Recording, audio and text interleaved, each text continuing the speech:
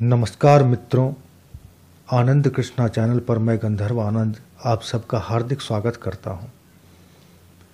आप मित्रों में से एक ने मुझे परशुराम भगवान के विषय में वीडियो बनाने के लिए कहा था। चूँकि भगवान परशुराम विष्णु जी के अवतार थे और आप लोग उनकी कहानी को अच्छे से जानते ही होंगे, तो उसी में एक प्रेरक प्रसंग मैं आज आपको बताने वाला हूँ कि एक बार सहस्त्रबाहु अर्जुन के वध के समय भगवान परशुराम की कथा है कि हैयाधिपति अर्जुन ने देखा कि उसकी सेना के सैनिक उसके धनुष, ध्वजाएं और ढाल भगवान परशुराम के फरसे और बाणों से कट कट कर खून से लथपथ रणभूमि में गिर गए हैं। तब उसे बड़ा क्रोध आया और वह स्वयं भिड़ने के लिए आधमका। उसने एक साथ ही अपनी 1000 भुजाओं से 500 धनुषों पर बाण चढ़ाए और परशुराम जी पर छोड़े, परंतु परशुराम जी तो समस्त शस्त्रधारियों के शिरोमणि ही थे।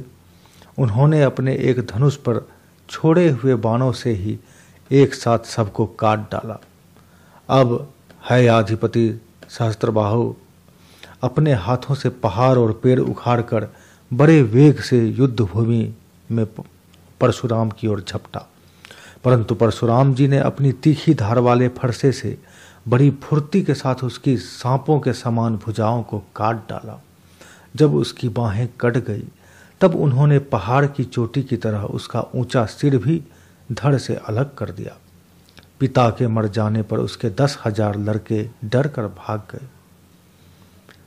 इसी पर परीक्षित जी कहते हैं कि विपक्षी वीरों के नाशक परशुराम जी ने जो कामधेनु को गलत तरीके से प्राप्त किया था उसे लौटा दिया और उन्होंने अपने आश्रम पर लाकर उनके पिताजी को सौंप दिया।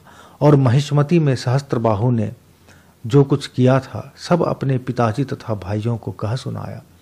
सब कुछ सुनकर जमदग्नि मुनि ने कहा, हाय हाय परशुराम, तुमने बड़ा पाप किया। हे राम, तुम बड़े वीर हो, परंतु सर्वदेवमय नरदेव का तुमने व्यर्थ ही वध किया।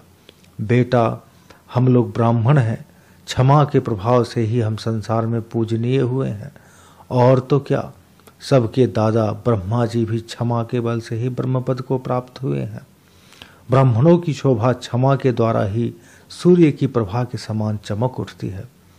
सर्वशक्तिमान भगवान श्री हरि भी क्षमावानों पर ही शीघ्र प्रसन्न होते हैं।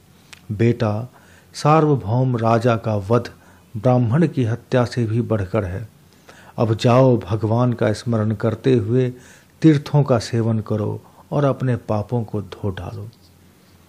मित्रों, इस प्रसंग से हम ऐसा नहीं कह सकते कि भगवान परशुराम में बहुत कमी थी या बहुत क्रोधी स्वभाव के थे, चूँकि वह भी भगवान के अवतार थे और कई कलाओं से विभूषित थे। चूँकि उस समय संसार की स्थिति इतनी दयनीय हो चुकी थी कि क्षत्रिय लोग बहुत अत्याचार पर उतरने लगे थे। उस समय एक क्रोधी अवतार की तो बड़ी आवश्यकता थी और परशुराम जी ने उसी क्रोध और अपने परशु के सहारे उन अत्याचारियों का नाश कर दिया था।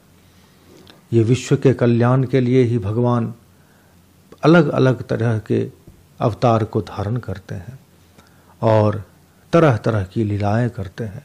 तो बोलिए प्रेम से भगवान परशुराम जी की जय।